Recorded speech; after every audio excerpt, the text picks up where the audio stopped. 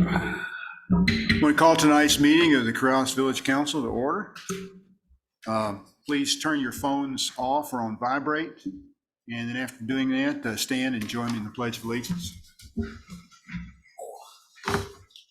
I pledge allegiance to the flag of the United States of America and to the republic for which it stands, one nation, under God, indivisible, with liberty and justice for all. Councilor Murray. Here. Councilor Burkett. Here. Councilor Alsabrook. Here. Councilor Knight. Here. Councilor Woolman. Here. And Councilor Miera. On a Viking longship. Oh, that's right. He did tell us that. That's correct. Okay, he has an excused absence. He said he was going to try and zoom in, but I don't see him yet. He's not if he's out. Right. He's out there on his ship. He's got a glass of wine in his hand right now. I'll bet you. 3 in the morning. I mean, Yeah. yeah, Oh, is it really? it is 8 hours earlier over there. So I don't want okay. setting that to be the bar. Yeah. So yeah. yeah. Okay. All right. I need a motion to approve the agenda, please. So moved. I have a motion to approve this. Do I have a second? And a second. All right. Any discussion at all? Any comments? Anybody want to? Okay. All those in favor signify by saying aye. Aye. Aye. Okay. We'll move on to reports. And Mr. Curry. First up on the administrator's report is Tanya. Hello. Thank you, Council, Mayor, Council, Administrator Curry. Let's start with flu. Flu has moved to moderate in the state of New Mexico, which that means if you haven't yet got your flu shot, you should be getting your flu shot. As for COVID, on 9/19, we had 41 cases of COVID out of 100,000. We have moved on 10/3 to 60 cases out of 100,000.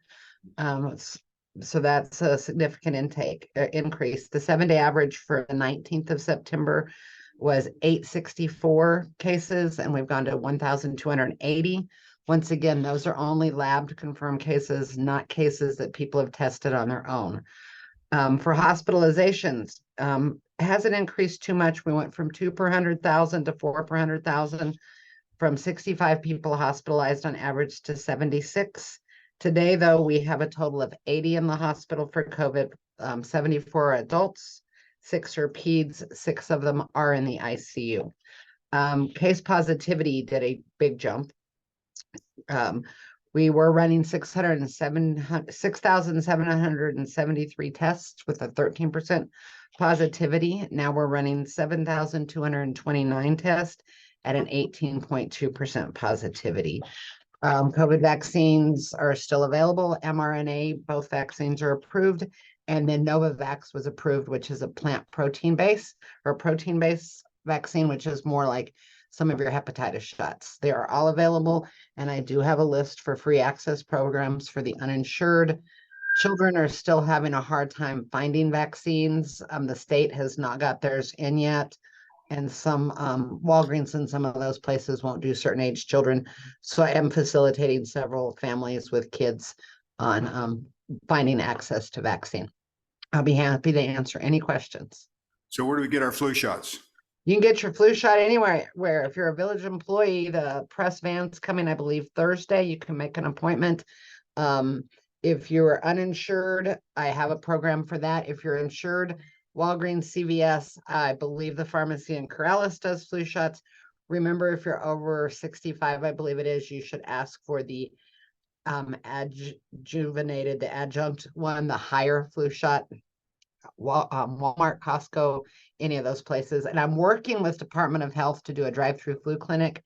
The issue is they do not carry the ones seniors and people with certain health conditions should get. Okay. Anyone else? Okay, Ron. Okay, it's a short report tonight. Well, thank you, Tanya, by the way. The village is open to the balloonist, obviously, and we've got Councilor Murray's request regarding the Porta Johns down near the Fiesta Field, and we've reported back to the council that, those are the responsibility of the soccer club, but they were in there today and got them all cleaned up at the direction of Lynn. And, they have a heavy usage of about 3,000 people over the weekend. So it's a pretty busy place. But the Balloon Fiesta is very grateful for the village of Corrales because of the fact of the reducing landing spots in the city of Albuquerque. And of course, our spots are reducing as well, as is Rio Rancho. But they put on quite a show for the village today, and we anticipate that to continue for at least 2 more days this week. And so when I go to pilot's briefing in the morning, and I just report this, John Pata from the fire department is also a balloon pilot. And there are several other balloon pilots in Corrales. David Eichhorn, who runs one of the biggest balloon repair business, is also a resident of Corrales. And I just want you to know that Corrales is very well appreciated by the Balloon Fiesta and will continue to become more important as the years go by and the spaces in Albuquerque continue to diminish. So that's about it. Okay. Does anybody have any other questions? Yes, sir. Councilor Murray. Thank you, Mayor. And I was going to bring this up at Councilor's Forum, but since he mentioned the porta potties, I was thinking, and I know I sent an email out and thanking Lynn for this, check on this. Should we have a permanent installation down there at the rec field where we don't have to worry about the porta potties? The other part of it is if the wind blows them over, then we've got the problem of the chemicals spilling out on the ground. So is that something we should consider? Maybe as a permanent installation down there, maybe 2 stalls for each side? I think it has been discussed in the past. We were going to put in, it seems like, John, remind me, we were going to put in something like they put in the along the highway, the rest stops. And I can't remember why it didn't happen. Maybe it was funding. I think it's worth looking into. We're considering, yes, I think it's worth looking into getting some kind of a permanent facility. The problem is that, didn't you tell me something about, no. So Seattle apparently had a lot of permanent facilities in the downtown area that people could use, and they were taken over by the homeless people. Now, we don't have that issue at this point, but it's apparently can be an attractive nuisance, I guess, or something like that. Anyway, let's look into it. Yeah, because I was thinking, it could be locked up at night. Obviously, we could have the PD come down and lock them up. They open them up in the morning. I'm sure, I thought about the pros and cons of this, but it seems like to me that with the porta potties being the way they are, if any storm came in with strong enough, straight down wind, you blow those things over. And then you got the contamination of the groundwater because you got chemicals and waste, just spilling all over the parking lot. So anyway, it was just a thought, but I appreciate if we look at into it. Yeah, I think that's worthwhile. Permanent.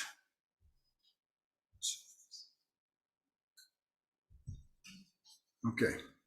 Mayor? Say again. Councilor Alsabrook. It just dawned on me, Mayor. I think the last time we discussed that was a while ago. It was before the wastewater line was functional, I think, when we had that discussion. Probably was. So that may have been, And it may, because it was going to be like a permanent porta potty, basically. Yeah. Yes, sir. During the Parks and Rec survey, that was the #1 requested thing by everybody from Parks and Rec was a bathroom there and a bathroom outside the library that people could use at the park there. But the concerns at that point were the same: crime, who gets the pleasure of cleaning them, that type of stuff. Yeah. Okay. All right. So now it's councilor's forum, and you do get to talk. Yes, sir. I have a question for Okay. Mr. Curry, if I could. We noticed you sent me an email earlier in the week about the Animal Services building. And I wonder if you could clarify perhaps for the council and everyone else what's going on. I took a look the Sunday of the Harvest Festival and noticed that the same trench was there, that the stucco hadn't been done, and then questioned it. And you sent me a rather extensive email, but we don't know where we stand now. And not to assign fault or blame, but we know that Facility Build went to the state and requested the permits for this building. It's not a gymnasium, it's a portable building. And I'm wondering what happened, if we know. We may not, talking to the mayor prior to the meeting, we may not know at this point, but is there any update you can provide? Well, factually, we don't know exactly what happened because that type of building had gone in flawlessly up in Sandoval County without any permitting activity. And then there was a little bit of,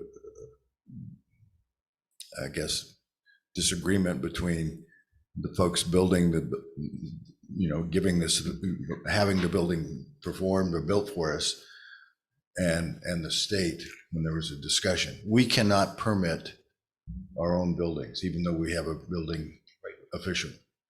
And so, look, we were caught off guard, Facility Build was caught off guard, and I'm not ready to, at this point, point any fingers or decide what happened, but preliminarily, it appears possible that the folks that constructed the pre-built perhaps should have contacted the state of New Mexico in advance.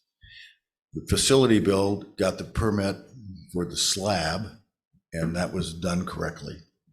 And so when we went in and they needed to look at the electrical and the mechanical plumbing, they said, we're going to have to ask you to expose some of the wiring within the building.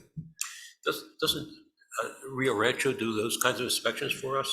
They do sometimes within the authorization of the state for them to do them. I see. But Okay. we got the main state inspector, a gentleman who I've worked with, who people in the village planning and zoning have worked with, is very conscientious.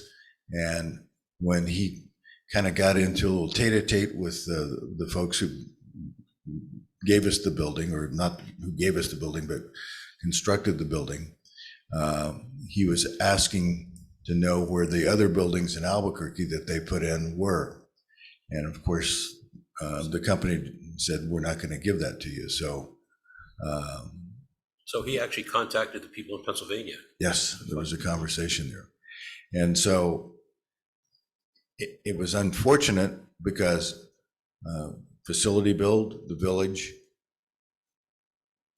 and the people, the friends of Dennis who presented the building, the monies for us, did not have any clue that this was going to happen this way. And so Sandoval County was a little bit, I don't know that they're nervous about it, but they didn't have those sort of problems when that building went in up there, and it's almost identical, the same building. And is there a prospect that they may fall into the same scrutiny at this point, even though they've been in operation for 3 or 4 years?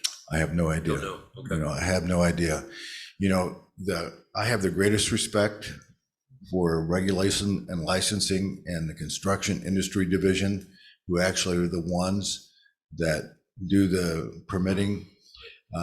We have had, in the time that I've been here since 2019, we have had 2 different MOUs with them regarding our building inspector. Right.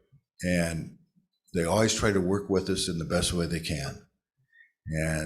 But on the other hand, they are very overworked in New Mexico. They are very shorthanded, and they know each other very well. All the building inspectors that work for CID that are assigned to one county or another. Our current building inspector came from Rio Rancho. He has a very wonderful reputation. And from the point of view from where I sit, what we want to do is preserve a good working relationship with the state of New Mexico on this. Yep. And it's I wouldn't say it was a perfect storm. It's not that dramatic, but I would just say that we were caught off guard, and if there's any responsibility, that it would come back to me, because we didn't necessarily plan for this happening. Do we have, given all that, do we have any kind of a knowledge of a time frame, any possible time frame as to how long this might take? I think we're looking at sometime around the 1st of December. 1st of December. So 6 weeks. Yeah. Great, thank you. Okay, counselors? This section is for informational purposes only, not for discussion and debate, to inform the governing body of an issue or concern that would not be addressed on the agenda during the business session. Yes, Councilor Knight. I'm sorry, Mayor. I'm still not going to be able to get on here, and I really need to be on to see the. Not either. I can't either, by the way. I got this one connected if you want to try and share. That's right. I've got paper No, here. is there a different one that I might guess? No, let me take it, I'll mess with it over there. You can use this one for now. If I get it, I'll bring it back to you. Thank you. I had to do it. Thank you. turn Dial it the right off, number? Bring it on again, so. Okay, thank you. Yeah, I can, but I've got paper, so. I'm good. I'll see what I can do. Boy, this technology is great. It's great when it works. When it works. Thank you, Mayor. Yes, sir, Councilor Murray. Just one thing I wanted to touch on was, I think we need to remind all of our committees that they need to comply with the Open Meetings Act. I've heard of a couple instances where meetings were held off-site, out of, probably not on village property, but they were in private property, and there were signs posted that the door was closed and locked. So we just need to make sure that they follow the Open Meetings Act, and anybody can join, be present at those meetings. Okay, Thank you. anyone else? Okay, let's move on to Corleone's Forum. This section is for informational purposes. Mayor? I'm sorry. I Go didn't ahead. realize we were on the Councilors Forum. I do have one Yes, sir. thing, if I could. Mayor, Councilors, I'd like to take note of the horrific situation happening in Israel. Oh, yeah. The atrocities we're witnessing have not occurred since the Holocaust. There has been a breakdown of even the most basic rules of combat. And I hope the people of Corrales will stand with the people of Israel. Thanks very much. Well said. Mhm. Yes. Corleone's Forum, sections for informational purposes only, not for discussion and debate, to inform the governing body of an issue or concern that would not be addressed on the agenda during the business session. There is a 3-minute time limit. According to Village Code, Section 2-60G3, regarding public decorum during a meeting, no person shall act in a disorderly manner, nor while addressing the governing body shall any person make any personal, impertinent, or slanderous remarks. The presiding officer may bar anyone acting improperly from continuing his address of the governing body. You have a one you want to read. Do you want me to Okay. read the first, the Sure, go ahead and comment? do that. Okay. So our first comment comes from Mr. Rick Toller. And he is speaking in regard to the traffic engineering study information. Mr. Toller says, please oppose this resolution. Even amended from last meeting, it appears specifically designed to subvert the process rather than enable it. It should be amended to read as follows. A traffic engineering study will be commissioned on the request of any counselor for a road or roads in his/her district for the purpose of determining whether the existing speed limit is appropriate, with the safety of pedestrians, cyclists, and equestrians being considered paramount, not to be superseded or outweighed by considerations of efficient movement of vehicles. The request by the counselor may be supported by a petition from 5 or more households on the road to be studied. If the traffic engineering study determines that the existing speed limit should change, a petition signed by 60% of the households on the road in opposition to the change must be submitted to block the change. Otherwise, the change will be made according to the recommendations of the study, along with other traffic calming measures that the study may recommend. No counselor shall be allowed more than 1 request per quarter, and no more than 3 studies per quarter total will be made. While we are waiting for this latest delaying tactic to play out, please demand of the mayor a schedule for the other traffic calming measures that he has talked about, and move forward with the idea of ticketing speed cameras to support the efforts of CPD. Thank you, Rick Toller. So the only correction I would have is that we're not discussing a resolution, we're just talking about it. Okay, who's next? Okay, next up, we have Ken Martinez and Jen Noel.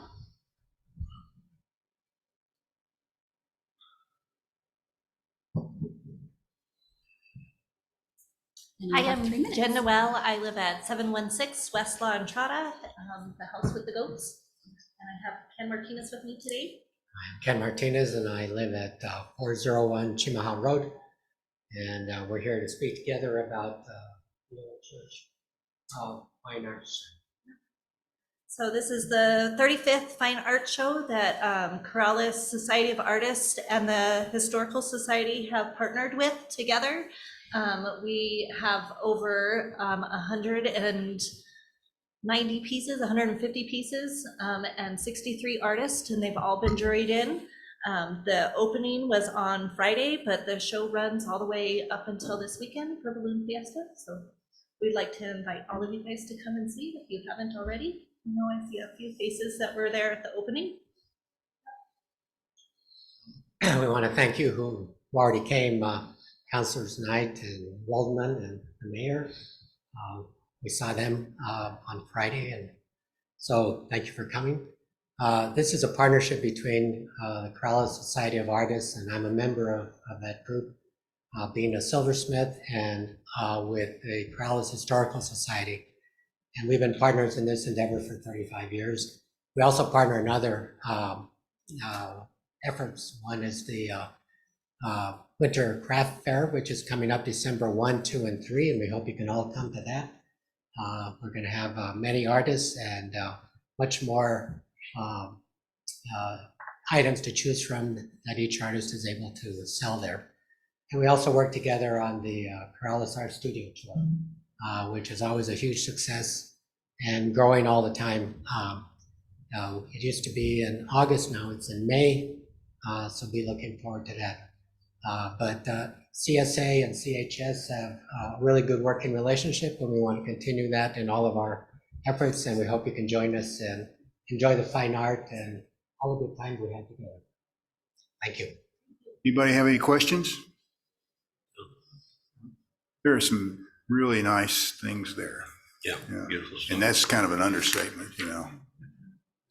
Thank you very much for both of you. Who's next? Up next is Mr. Patrick McClernand. If you could state your name and address for the record, you'll have 3 minutes. Yes, I'm Patrick McClernand, PO Box 2012, Corrales. Mayor, councilors, the comprehensive plan is currently under review. And in this process, a survey of the status of the village is documented. More important, it projects the desires of the villagers into the future. I wanted to request a facilities component be added, a survey of municipal facilities and projected future requirements would prioritize an orderly growth and development pattern. The proactive process includes visual impact, maintenance, and sustainability, and avoids piecemeal and ad hoc planning for new and expanded facilities. A facilities master plan would be added to the comprehensive plan and would be reviewed on the same 10-year cycle. And I think that would be beneficial to all of us in the planning process of the village. Thank you. Thank you. That's it. Okay. Well, with that, let's move on to the consent agenda. Do I have a motion to approve the consent agenda? Council Murray? Mayor, I move that we pull both items off the consent agenda. I wasn't present for one of the meetings, and I need to just abstain from it. Okay, so we'll just split them up. Yeah, Okay, I mean, if that's okay with the rest of council. I'll second that. okay. I don't believe this is the way we phrase this. It's, well, anyway, fine. Is everybody okay with that? All those in favor signify by saying aye. Aye. Okay. All right, so let's do approval of minutes for September 12th, 2023, appeal hearing for the Site Development Plan 23-02. Do I have a motion to approve? So moved. I have a motion to approve and a second. Any discussion? All Mayor, those- if I may, real fast, I did notice that I had the wrong date for, at the very end. is this the one? That's the one. Oh, So okay. I meant to put it on the agenda for the last meeting and forgot to put it in the packet. So it still says that it was approved on the 26th of September. So I've already fixed that. It does say October 10th. Yes, I asked her that question. It's probably the only thing I caught on the whole thing, yeah. Anyway. Okay, all those in favor signify by saying aye. Aye. Aye. Okay, I abstain. I got you. Okay. All right. Be sure to mark that. Councilor Murray abstained. He was not here at that time. He was suffering. Got that? Not much. I had a lot of meds that. Oh, no, you were really suffering. You were in bad shape, yeah. And we're all suffering with him. Yeah. Okay, let's move on to number 2, approval of minutes for September 26, 2023, regular council meeting. I need a motion, please. So moved. I have a motion. Do I have a second? Second. Any discussion, any comments? All those in favor signify by saying aye. Aye. Okay, that's approved also. New business. Consideration action approval of resolution 23-67 sponsoring with Corrales Main Street Incorporated, the 20th annual Corrales Starlight Parade. I need a motion to please approve resolution 23-67. I move we approve resolution 23-67. Okay, I have a motion to approve. Do I have a second? Second. And a second? Any discussion, any comments? How do you vote, Councilor Murray? Aye. Councilor Burkett? Aye. Councilor Alsobrook? Aye. Councilor Knight? Aye. And Councilor Woolman? Aye. Grinch. Oh, man, everybody's a comedian here. Yeah, okay. All right, let's move on to number 2, consideration action and approval of ordinance 23-08 regarding short-term rentals. Need a motion to approve ordinance 23-08 regarding short-term rentals. So moved. I have a motion to approve. Do I have a second? Second. And a second from Councilor Alsobrook. Any discussion or comments or changes? Councilor Knight? I just have one quick question. So the ordinance used to say that children under 12 they could have Unlimited. unlimited amount, and now we're saying that they're part of the, how They're counted, 2 occupants. 2 per room. Okay, I'm good with that. I just wanted to make sure. The way I'm reading this is the opposite of that. It says they're not counted. Yeah. It says parent or children 12 and under staying with a parent or guardian are not covered by the occupancy limit if the size of the room accommodates it. That's the first one. Yeah, that was the first one, then there's the second. Oh, that's in commercial, you're right. Yeah, there is a little bit of a No, it difference. says the same between for that one. It's the same for A1, A2. Yeah, it says, yeah, are not covered by occupancy limits. Well, I know I read this. Did we also, has the limit on, go ahead. Mayor? Yes, Councilor Alsobrook. So I believe that's the original text, and farther down at the top of, bottom of page 13, top of 14. Right. Is the amendment where it, Now therefore be it resolved. yes. You're right. Sorry. Mayor, this is Councilor Murray. Yes, Councilor Murray. So I've got a couple amendments I'd like to make. The first one, I'd like to replace the wording in section, I'd like to make an amendment to replace the wording in section 2, the double I, where it says no more than 4 guest rooms. I'd like to change that to 3. And the reason why is because of the septic systems. Most of the houses around here are probably geared towards 3 bedrooms, and I would think that maybe we would avoid, undue cost to the owners or whatever, but if we restricted just to 3 guest rooms under that section 2 II. Okay, do we have a second for that? I'll second it. Okay, I have a second. Let's deal with them each Yeah. separate, Anybody want to make a comment? I mean, I would say that we put something in there that ties it specifically to the capabilities of the septic system. If somebody has a house that can handle 4 bedrooms worth of septic, then I think they should be able to. So planning and zoning is going to look at these with that specific thing in mind. Right, so if we have a hard stop on 3, but someone can accommodate 4, I don't see any reason not to let them rent out their 4th room. Councilor Murray? Well, and also, it seems to me that if we just limit it to 3, then we're also reducing the vehicle count possibly in the facility. and traffic on that particular road. So I think it's probably beneficial to the adjoining properties that we kind of limit things to just the 3. I mean, that's 6 people basically in that facility. Okay, any other comments? Council Osabrook? Would this impact any existing bed and breakfasts that may have 4 guest rooms? Yes, it would. Yes.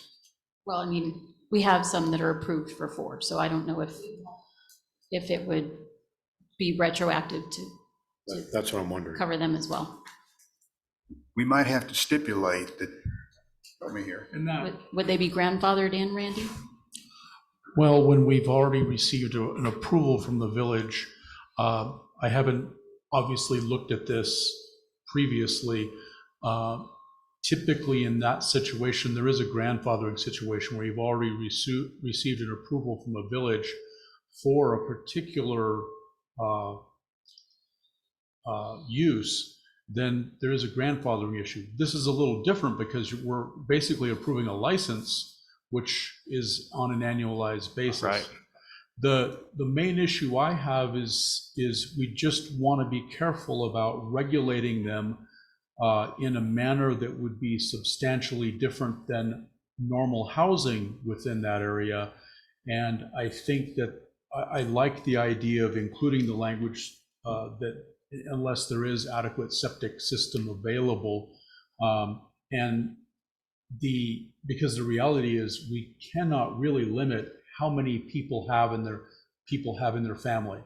When a house gets built, they can continue to have kids if we don't regulate that. So I mean, we would only be affecting a very tiny portion of the population of the village if we regulated this use in that manner and not all other uses. So just Mayor. a point of clarification. Yes, Laurie. Councilwoman. Laurie has a, Laurie? Oh, Laurie, sorry. Thank you. Didn't know you were. Councilors, Mayor Ron, I just wanted to point out that our current short-term rental application for residential zones, one of the requirements is that they give us a copy of their septic permit. And so because there is a limit of 4 guest bedrooms now, their septic permit must match their floor plan. And that is definitely looked at. That being said, if the council chooses to limit it to 3 bedrooms, you know, that's your decision. But we do look at septic capacity. It has kind of been a problem because I think a 4-bedroom septic NMED assumes that there's perhaps only 6 people in the house anyway, in average. But just wanted to point that out, that's part of the short-term rentals. They have to give us their septic permit and it must match their floor plan for bedrooms. Councilor Burkett. So I think if we are going to not include, or we're going to include kids in the 2-person limit per room, this additional room is going to allow families to actually stay in some of these houses. There's going to be, if we go down to 3, we're at a hard stop at 6, and there's going to be families bigger than that can't come and rent places within the village if we eliminate both the 4th bedroom and eliminate the kid exemption from the count. And so I think we need to do one or the other, but I think we're cutting the number down pretty significantly for families if we do both. Councilor Murray? Well, my other comment would be that it seems like with Attorney Audio's comment, it seems like if they've already got a license, that means they've already been through the approval process and they continue on with if they have 4 bedrooms. But this would be for new short-term rentals coming online. That would only apply to new applications. But anyway, I will go with whatever council decides. Any other comments or questions or concerns? So the amendment is to 3 guest rooms on a short-term rental property with no more than 2 occupants per bedroom. So we've taken out the 4 and inserted the 3. All right. So on the amendment, how do you vote, Councilor Woolman? no, Councilor Knight? No. Councilor Alsobrook? No. Councilor Burkett? No. Councilor Murray? Well, of course, yes. Well, I did that. I want to give you a chance. So that fails. What's your next amendment? Also in section 3 of under 6A, I'd like to insert the following sentence after the sentence, events not permitted in residential zones. All events held where there are attached short-term rentals on the property in the Corrales Road commercial area shall terminate all activities by 10 p.m. local time. I'm sorry, where did you want to put that? It's after the first sentence under 6A in section 3, right So after residential overnight guests zones. only? I'm sorry?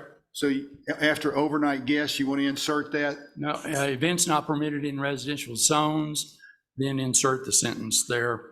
All events held where there are attached short-term rentals on the property in the Corrales Road commercial area shall terminate all activities by 10 PM local time. And my main reason for that, well, anyway, that's my motion or my amendment. Do you have a second? Second. Okay, we have a motion to amend and a second. Any discussion? Yes, sir, Councilor Murray. Well, my main thinking behind this is we don't have really any rules about event centers and about what times they are permitted to run. If there are short-term rentals on that property where the event is being held, I think it's only appropriate that we give those people who are staying in short-term rentals and the adjacent properties, all activities all cease by a certain hour. Lori, do you have a comment? So Counselor, you're referring only to events that are associated with that also have a short-term rental on a commercial property. So if there's an event center that does not have a short-term rental associated with it, that would not be valid? That's correct. They would not be affected. Okay.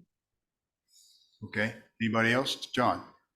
So the attendees at an event associated with a short-term rental are limited to registered overnight guests.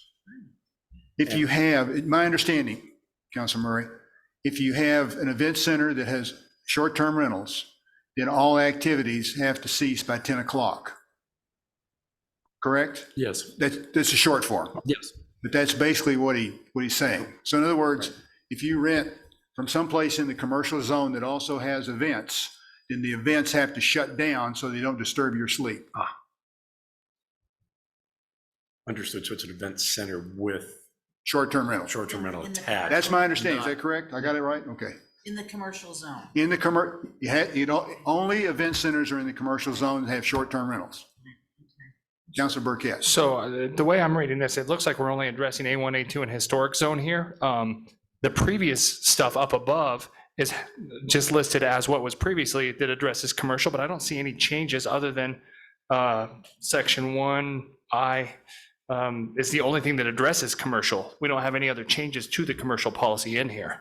We're only making changes to A1, A2 and historic.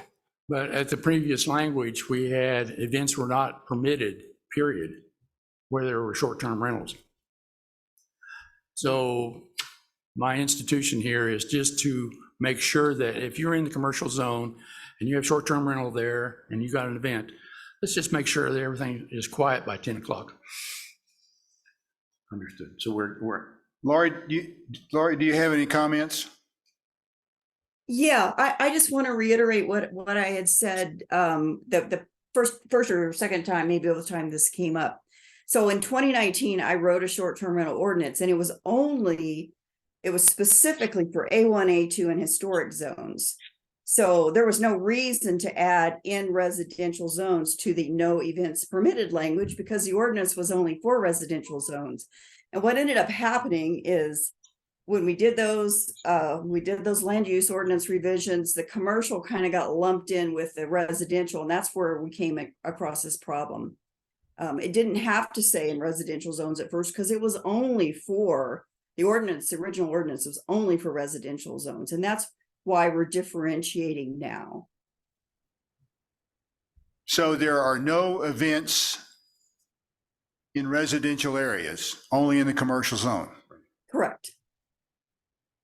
And a totally different process. So the short-term rental application for residents is much different than what you would do if you were in a commercial zone. That commercial zone requires a full-on site development plan done by an architect showing parking, because almost never have we seen a commercial property that only did short-term rentals. They do other things in conjunction usually.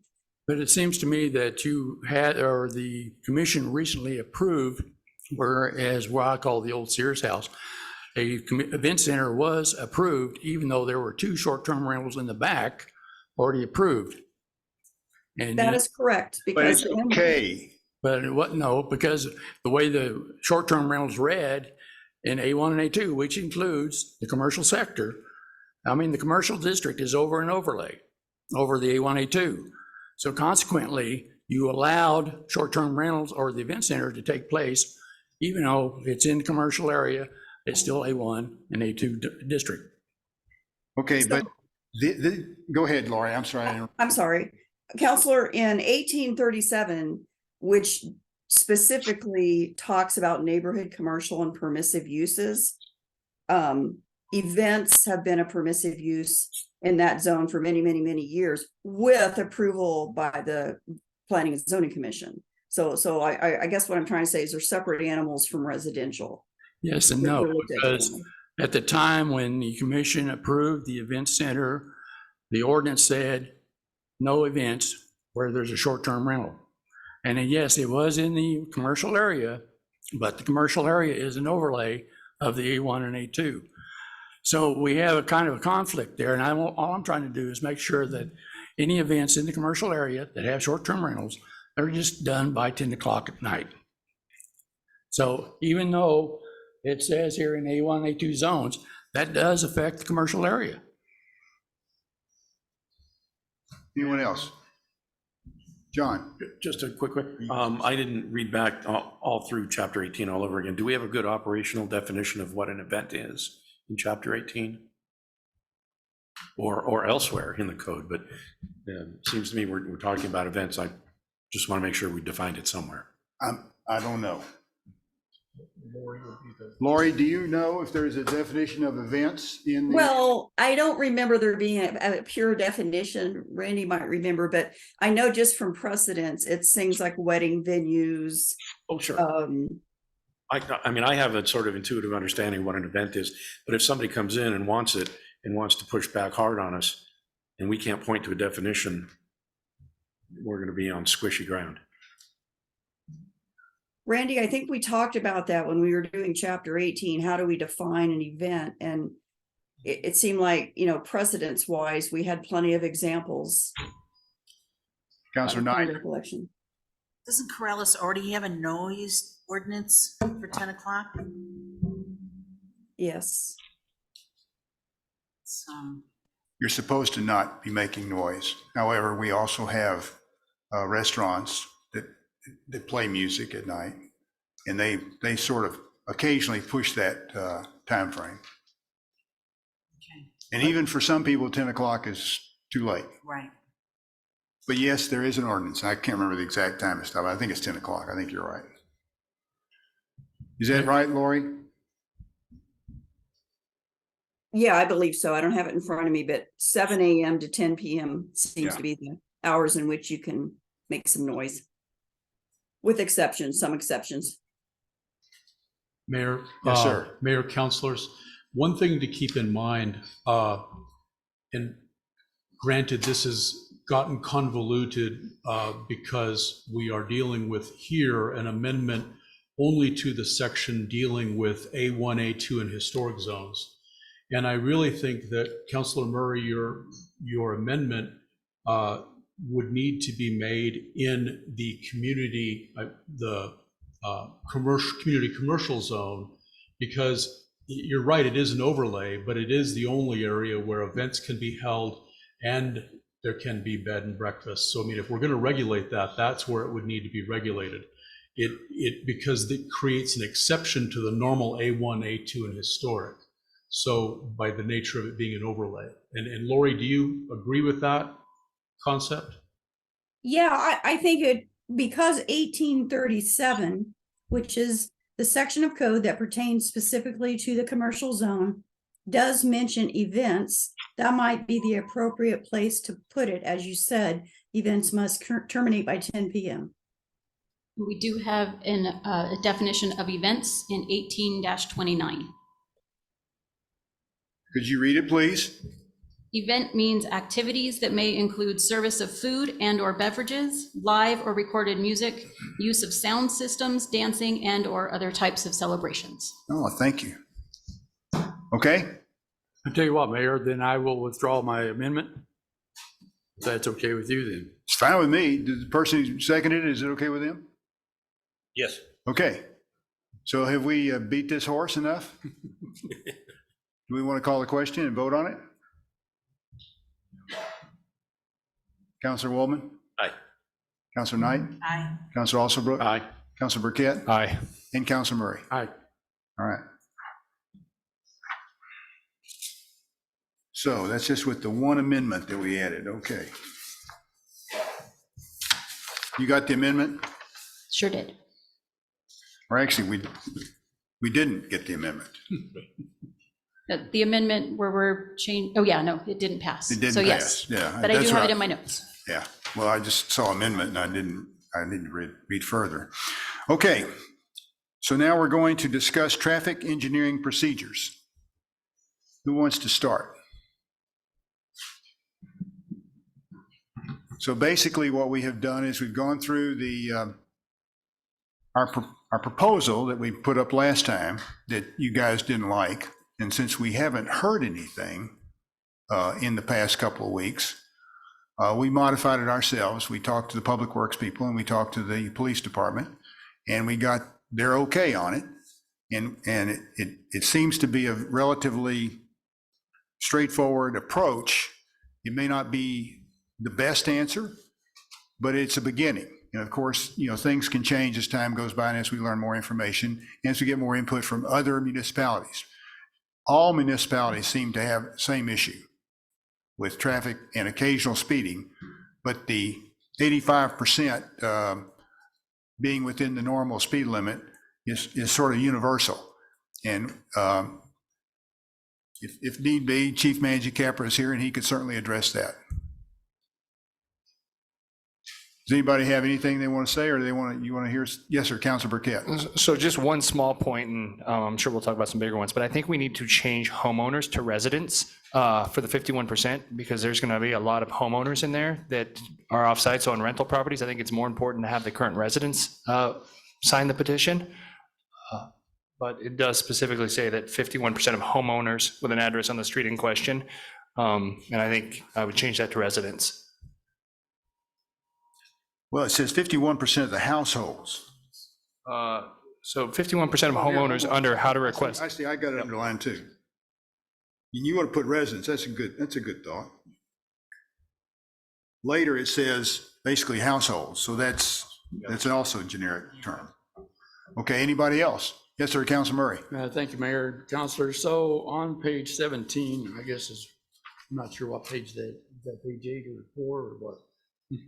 Anyway, page 17, how would you determine the pedestrian, bicycle, and equestrian activity?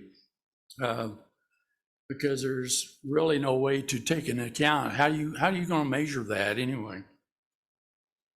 Especially if there's a bike path designated on the roadway. I'm just kind of curious about how you would evaluate that volume and origin destination patterns. Well, I don't have an answer for that. And also on the next page, under the final engineering design, I do not see anything about pathways or, it looks like we're only approaching this from a traffic point of view. I believe that's the way we were directed. Directed by who? By you guys. Okay. And then also, if the chief wanted to explain under the page 19 for the request of the traffic engineering study, can you explain the second bullet item? 85% percentile speed on the roadway exceeds 32 miles an hour for a roadway posted at 25 as shown by speed trailer data. Could you kind of explain that to me, what he means by that? I did not author that document, Councilor and Mayor, but the general national standard is the 85th percentile, and then so I think our averages from the limited amount of traffic trailer data that we've been able to collect has the excessive speed measuring at about 7 over or 32 per 25 mile per hour zone, but That number came directly from the Federal Transportation Administration. It's their guideline. Yeah, and there's where I have a kind of a beef, because the Federal Highway Administration covers a lot of territory. and especially the pedestrian safety manual that they've cranked out, and I think that New Mexico DOT adheres to. And if we're only looking at this from a traffic point of view, we're ignoring the pedestrian, the equestrian, and the bicyclists that may be traveling these roads. And it just bothers me that we're just looking at this from a straight traffic point of view, whereas I think we need to look at all of these things. And I can't specifically go to the exact website, but the Federal Highway Administration and New Mexico DOT, they do have a manual, I think it's 1200, and it talks about pedestrian safety. And the key point is that the mid-region MPO here in the state has made pedestrian safety a priority. And though if we were going to consider a traffic engineering study, it needs to encompass, I think, all that kind of stuff. And it just bothers me. We're just looking at this from a traffic point of view. And I think part of the issue that Mr. Garrett and Mr. Toller have had is because their kids can't walk safely down a roadway like La Entrada without somebody, getting close to them. And so if we're going to do a traffic study, we need to include that kind of information into this traffic study. John. Thank you, Mayor. I'll just follow on to what Councilor Murray was saying. I do think this is an opportunity for us to go boldly here. We're in the middle of reevaluating our comprehensive plan of development, and we know for years and years, the main point that everyone has told us is to preserve the culture and feel of the village. And being efficient and moving cars is not the criteria for that. So I think we need to be a bit more bold. I think we need to take into account what Councilor Murray was saying. And I think we also need to not include anything about an accompanying petition signed by X amount of households as a threshold. I mean, 51%, that sounds like a pre-approved majority. We can ask for some household petitions, but I don't think that should be a necessary part of it. And I also think that part of the, where'd it go? How to request, so it mentioned up above, where'd it go? No, I'm not going to find it. The procedures for requesting a study. I think the council needs to be involved in that. We need to be able to bring that forward as well. Partly because of the nature of the problem, but partly because it bears a bit on our next agenda item of meeting procedures. We're in this contrived space where we have a judicial and we have a legislative and we have an executive, but the executive is the master ceremony for the legislative session. And, at state and federal levels, nobody lets the governor or the president set the agenda for Congress. So we're in this odd space because we're a small municipality. And I think we need to consider making this more available to citizens who request it, but with appropriate filters, to rely on the elected officials as well to do some filtering and listening and make recommendations. So I guess I'm saying the petitions I don't think are a good idea, and I do think we need to be bold about this to keep the village calm and quiet. So Vic, I think you can sit down. Thank you very much. Thank you, Chief. Thanks, Thank you, look great up there. Okay, Thank I you. appreciate that, Councilor. You did do a great job. Okay, really appreciate that. You've been very helpful. Thank you very much. Okay. So you want us just to set the speed limit? Well, I mean, to tell you the truth, my way of thinking from reading all of these regulations, it's all written in terms of Getting other people's opinions. well, there's that, and it's not written it's not written restrictively, saying what's written is the only way we can do things. I think we can be bold about this, and Well, we sort of have to establish some guidelines so Yeah. that we don't do it unfairly. And that's what we're trying to do, is establish guidelines. absolutely. Or we could just arbitrarily say, well, we're going to make it 18 miles an hour. Just pick a number. Sure. And that's, we've seen that happen before. It has here and happened, elsewhere. and that's not saying that it's right. No. That's just saying it has happened in the past. Yeah. No, it needs to be an orderly process. Right, trying to be fair, because for the people who want, for the one or two people who may want it at 15 or 18, there could be 10 or 20 who want it at 30. And I agree with that. And I think the opportunity for that is at work studies, public hearings, and other things, not in the form of a petition of someone trying to go door to door on 1 acre properties who have fences and gates and walls. Okay. Counselor Knight. You know, when I was reading, after I read the information on the agenda, and then I was reading Mr. Thaller's, you know, I thought to myself, well, one is just 51% that of the households would have to sign the petition to go either higher or lower with the speed. And he had talked about 5 people. Well, La Entrada is a long street. And you couldn't just say 5 people, you'd have to say some kind of a percentage, because, you know, there's other streets that are really short. So, you know, it makes a difference. You can't just say 5 people can determine what, you know, maybe 100 homes want or don't want. So again, I think we need to look at percentages rather than just specific numbers. Counselor Burkett. Yeah, so I appreciate it. I don't know what the number needs to be, but I do think there needs to be some sort of bar that's cleared by more people on the street than one person, because this is going to be a lengthy and laborious process. And if we have one person on 55 streets fill out the paperwork, then, I mean, we're going to be 3.5 year out reservations on our speed trailer. And it's actually going to slow down the process. So there's got to be some sort of bar that a neighborhood has to clear to where it's not one person that thinks it's a problem, but it's the majority of people. And I agree, walking door to door and getting petitions, but I don't know how else you do it, because there's really no other way to try to take the temperature of a neighborhood.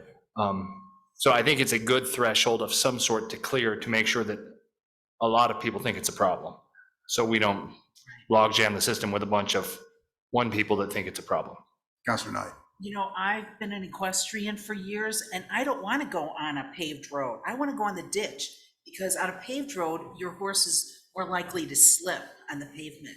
So, you know, I passed somebody the other night when I was going home on a horse. But again, most equestrians don't want to be on a pavement.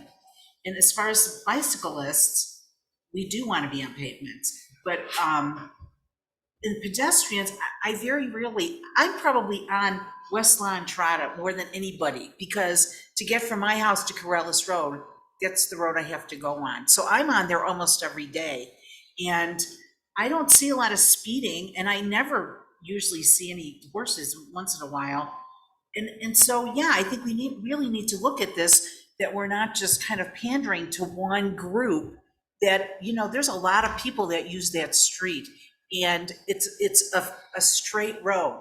If you go down Coronado, it has lots of curves. If you go down Tenorio, it has lots of turns. So I could see where, you know, La Entrada is a main connecting road from Loma Larga to Corrales Road. What do you do when you see a pedestrian or a bike rider I or slow down and a go on the equestrian? other side of the street. Exactly. I think probably 85 or 90% of the people in the village do that. I think 95% of the people in the village. Well, I was using those numbers because those are the quote, federal highway appropriate speed number, 85% at this speed, you know. Councilor Woolman, do you have any comment? I just wanted to see if we can get updated where we are on other calming measures that we talked about in the We're past. still working on striping. We're still working, and it's not like you can just go out with a paintbrush and paint, Right. you know. It's done differently, because I asked that question. I said, give me a paintbrush and some paint. And Michael laughed. So, He is on the Zoom. oh, Michael, We have okay, questions. Michael, you want to talk about that? How are we progressing regarding the calming measures? So right now I'm waiting on some quotes from Albuquerque Asphalt. I've been waiting on some other projects from them. So right now I'm kind of on the fence on whether maybe we need to find another contractor. We have a lot of work to do, and the people who normally do the work are overwhelmed. Because, you know, one of the issues is totally unrelated, but it's, you know, we're trying to get metal art moving forward, and we're still having that issue. So, Councilor Murray. Well, no, I'll go ahead and finish your comment. I mean, Well, I'm pretty much finished. Okay, It's just a well, lot of work to right, do, so- and there's not a lot of people. one of the issues we've had in terms of the master trail plan is moving equestrian folks from the west side to the Bosque. And we have only a few connecting roads where we do that. And lawn trotters, I think it's been designated a pathway or bicyclist pathway and so forth. I think it's not fair to identify just a few people who want this. I think we've heard other residents come in and say that speeding is an issue in this village. So whatever we do here, and I think Councilor Alsorbrook is correct, that we need to be bold and we need to include more folks. If we're talking about changing the speed, then we need more input than just traffic data. It's going to determine the roadway speed and so forth. Lawn trot, I know it's a straight shot, and Councilor Knight's correct, but it starts out narrow before it widens out by the time you get to Old Church Road. And then you get down towards the library, it narrows down again because you got a utility pole that intrudes into the right of way. So it's a matter of safety. And if the Metropolitan MPO is really keen on pedestrian safety, we should be too. I think it's only fair that we do that because, like they said, New Mexico has the highest pedestrian death rate in the United States. So I just from looking at the document, I think we need to kind of take a look at focus not just on traffic, but on the pedestrian safety and equestrians. Councilor Knight. Do we have any data on that, on West La Entrada for people that have gotten hit or bicyclists that have gotten hit? Oh, you're up. What's the data on that? I know, that's right. They're calling you You almost lost your chance. Well, you just like to walk up. Councilor and- Knight, I appreciate the opportunity, but I am not aware of any motor vehicle collisions involving pedestrians, equestrians, bicyclists, or vehicles, period, on La Entrada. That's not to say there may have been one that I don't know about, but I'm not aware of any in at least the last decade or so. Councilor Murray. And also, just to kind of back up the chief's comments, the MPO has a fatality network map out for the entire area of Albuquerque, including Sandoval County and up into the Pueblos. When you look at that map, Corrales is totally empty, and that's probably because we've got good law enforcement. But it doesn't mean that we can't have an accident sooner or later. I'd rather not have the later. I'd rather be proactive about this and doing that. Yeah, Councilor Murray, Mayor, Councilor, I'm sorry. No, go ahead. Okay, yeah, and truth be told, though, and I'm sure you're aware of this from your position on the Metropolitan Transportation Board, the majority, I want to say it's over 90% of pedestrian fatalities are caused by pedestrian error. Not by vehicle factors, speeding, driving while intoxicated or impaired or distracted driving or otherwise. It's the pedestrian error. And a lot of those are not, this scenario, children playing in the street, riding their bicycles, wherever, it's the pedestrians are under the influence of something, crossing where they shouldn't be, wearing all black in the middle of the night, right? But as far as just to throw this out there, as far as anybody having any curiosity about our statistics, usually they're a year or two behind. But the UNM Health Sciences Center does maintain crash data information for the entire state, broken down by county and then by municipality as well. So you can go in there and look up Sandoval County and then click on Corrales, and our crash data is going to be in there as far as the numbers of injury crashes, property damage, crashes, fatalities, pedestrian involved, bicycle involved, and so forth. I'm not going to give you specific locations, but you could always get a hold of me for that. So let me just ask one question. Melanie? Yes. When you were doing some of this research, because I didn't see anything about equestrians. There may have been something about bicycles, but, and I don't remember the pedestrian, but did you see any kind of statistics or way that they monitor that? No, these procedures are strictly to help us decide when a traffic study is warranted. Yeah. The traffic study itself will take those things into consideration, but we need something to get us from point A to point B of, where do we go for somebody that wants us? Do we let just one person say, yes, we'll spend $10,000 of the village's money on this study? Because it's not free, obviously. So this is spending village money. And so, how do we do that? What's fair to the residents and the taxpayers? So, I think we're getting a little down into the weeds on the equestrians and bicyclists and stuff like Right. that. That's direction that we need to give to the engineer when they actually do the study. Yes, ma'am. You know, and we're lucky that we just got the Gonzalez property, because there's going to be access from that first ditch to Corrales Road. And so that should take some more pedestrian, bicyclist, and equestrians off West La Entrada, hopefully. That's the goal. Counselor Burkett.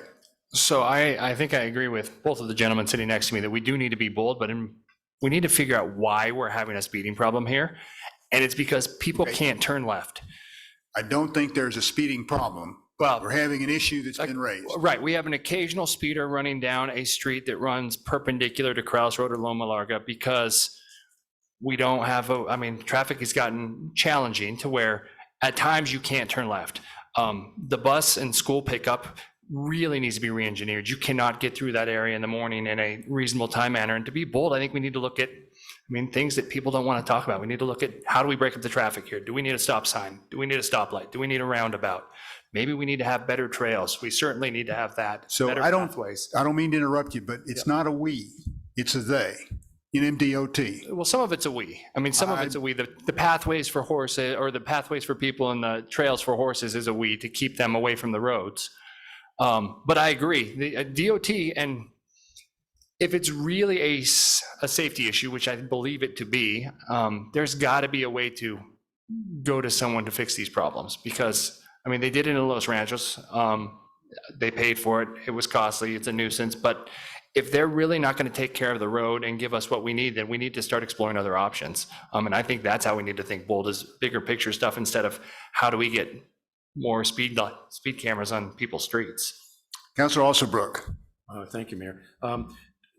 Two things. First, in the part about all the following criteria must be met, and we talked about that: residential street, 85th percentile, 51% petition.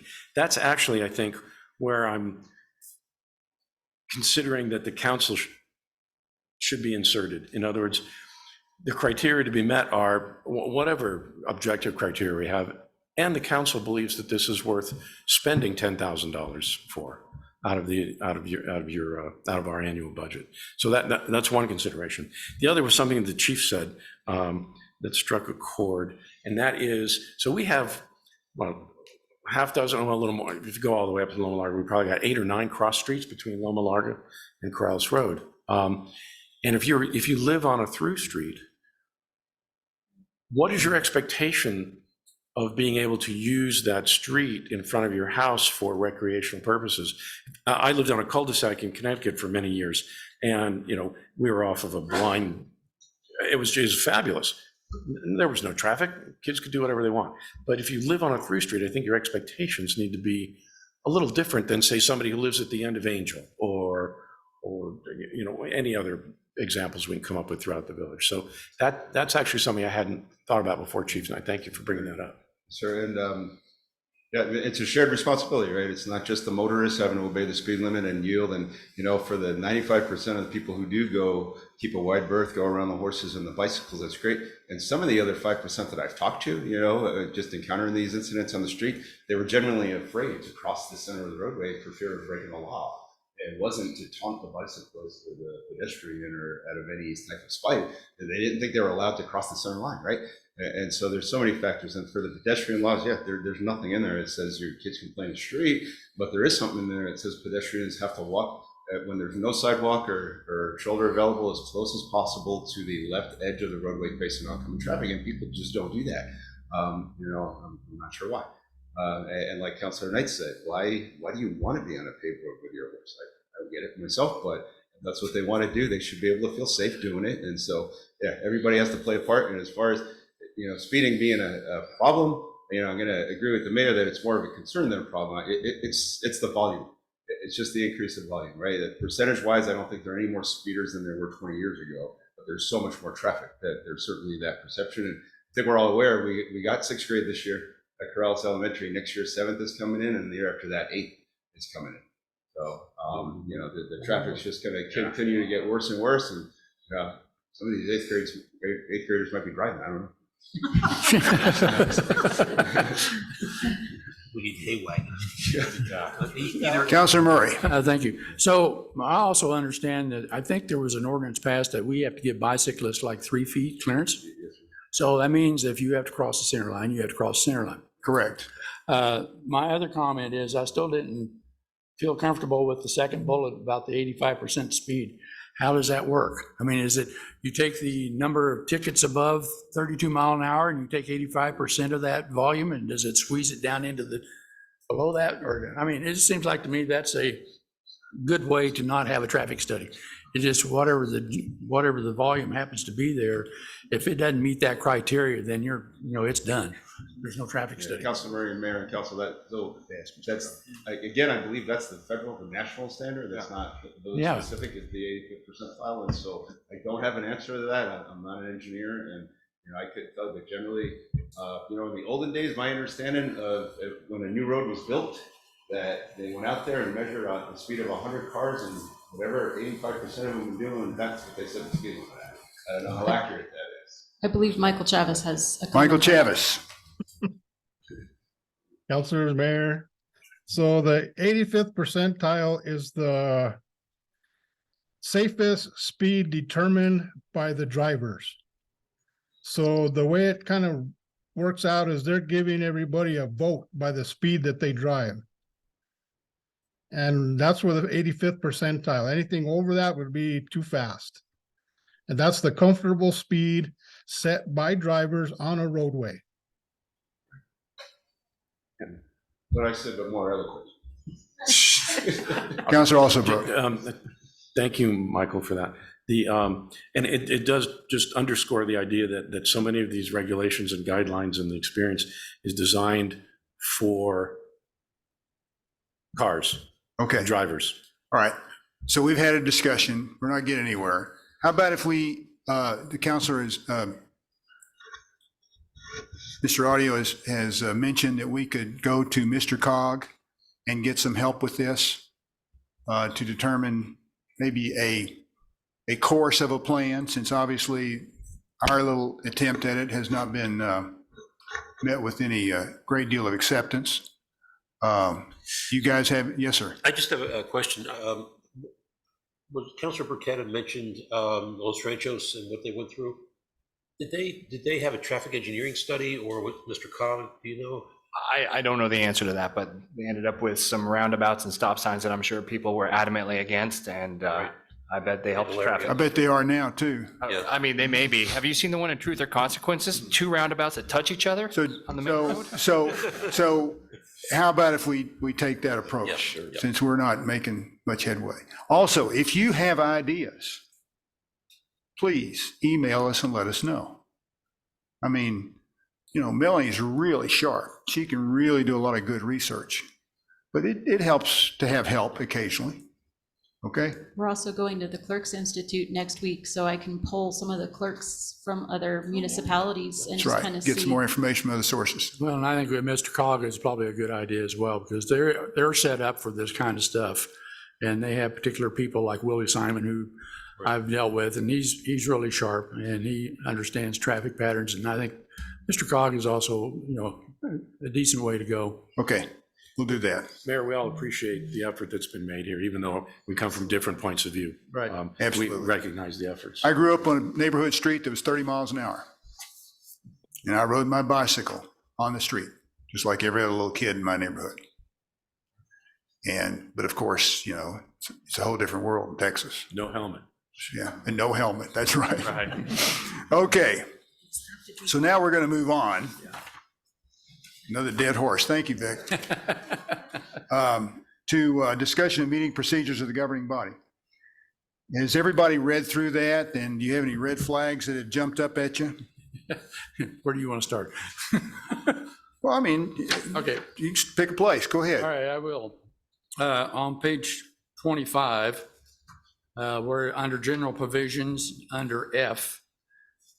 I would like to add to the last sentence where it says discretion of the presiding officer. I'd like to add or by majority of the governing body. You would like to add at, Or by majority of the governing body. so public input will be allowed only at the discretion of the public officer or by majority of the governing body. Gotcha. On the next page, I believe it is, and I think I've had a conversation with Melanie about this. I think there's a typo or two missing under counselor's responsibilities under A2. I think that should be under where it says Article 2, Section 4. That should be really Section 2.4. Because there is no Section 4 in Article 2. Okay. And let's see, over on, here's where we might get into a good discussion because page 28, under Article 2 Procedures 2.1, Preparation and Distribution of Agendas. I noticed that this section 1 through 3 deviates quite a bit from the Rio Rancho procedures. I am more influenced by the Rio Rancho description than I am by this. I think there's also conflicts. I think that this section 1, 2, and 3, or just 1, conflicts with 1.3A2 and also number C down below. It seemed like there was a conflict there between what could be submitted and when it was submitted and so forth. But I was more impressed with the Rio Rancho preparation and distribution of agendas than here. I mean, I'm not digging anybody, but I think that Rio Rancho has probably flushed that out better than we have. And I think that is probably it. I don't see any other black marks. Nope, that's good. Who's next?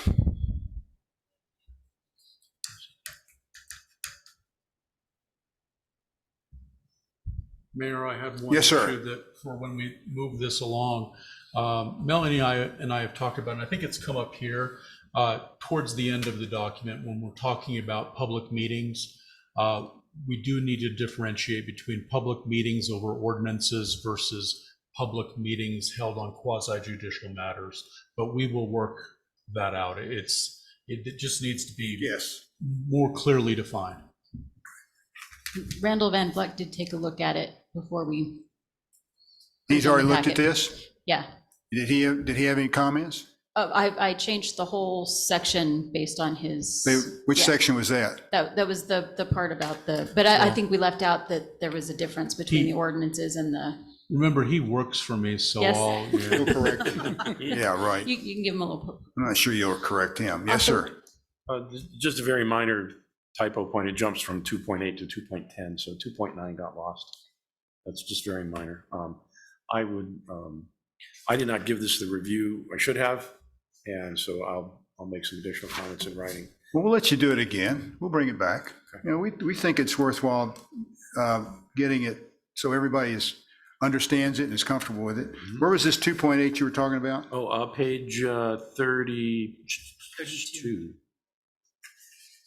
2.8 appeal a decision, and then 2.10 amendment. So maybe there's language that goes with 2.9, or maybe it's just numbering probably. I think we added something in there and it just got missed. So In the draft, yeah.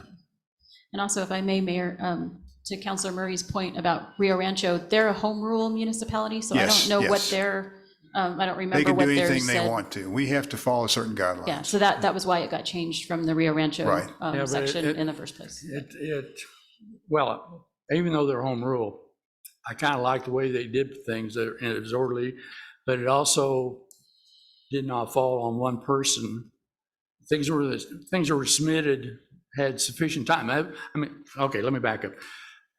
I like the timeline because when they said counselors got items at least 7 days prior to the meeting, give us enough time to look things over. As we get things at 72 hours, man, it's a crush trying to get through all this material, and especially on a weekend, and you want to do things around the house. But I think the timeline that they gave in the Rio Rancho was you had to make sure the counselors or whoever it was submitted things 3 days prior to the timeline that the materials went to the council or the governing body. But it seemed like to me a more orderly process where things were submitted and got on the agenda. That's why big issue is, I think it was a lot more transparent in the process. That's just, that's where I'm coming from. Well, 72 hours is a push here, getting everything put together. Anybody else? Okay, so we'll work on this and we'll bring it back and get more information and clarify the things you were talking about, Randy. Did you have something you wanted to say? I'm all done. Okay, all right. All right. So announcements and future agenda. So we're going to go to the animal ordinance. We're going to get an update on the Corrales Siphon project from Jason Kasuga.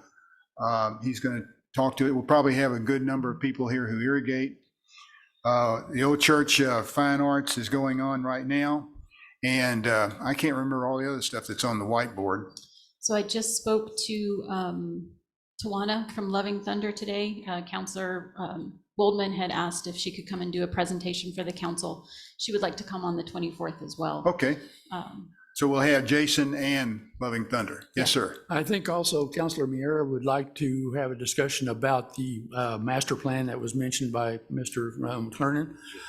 More of a discussion about how we can go about kind of wrapping everything in the village. So we've got an idea of what we're doing.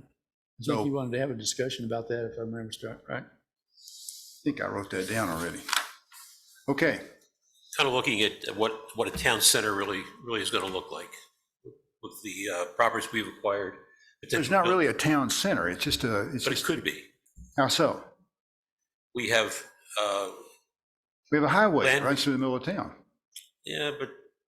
We just forget about highway. that. Well, it's just a highway. It's also a scenic byway. It's a highway. It's a scenic highway. It's a highway. And we don't own it. Correct. Didn't we Not doing anything to the road. We can't even do a pedestrian access route. That's right. But we have property on both sides. That's correct. We have potentially a building we may acquire. Possibly. What's that master plan going to look like? I think that if you think of, well, we can certainly discuss that. And I think we are moving toward some kind of a, and I told this to the Harvest Festival people, that we're moving more toward a centralized area so we can control some of the traffic, control parking so we don't have it all over the village and we don't have stuff all over the village, and kind of keep it a little more centralized. Because, it's really very tough on the village when we have so much stuff going on over a long stretch of road. Yeah.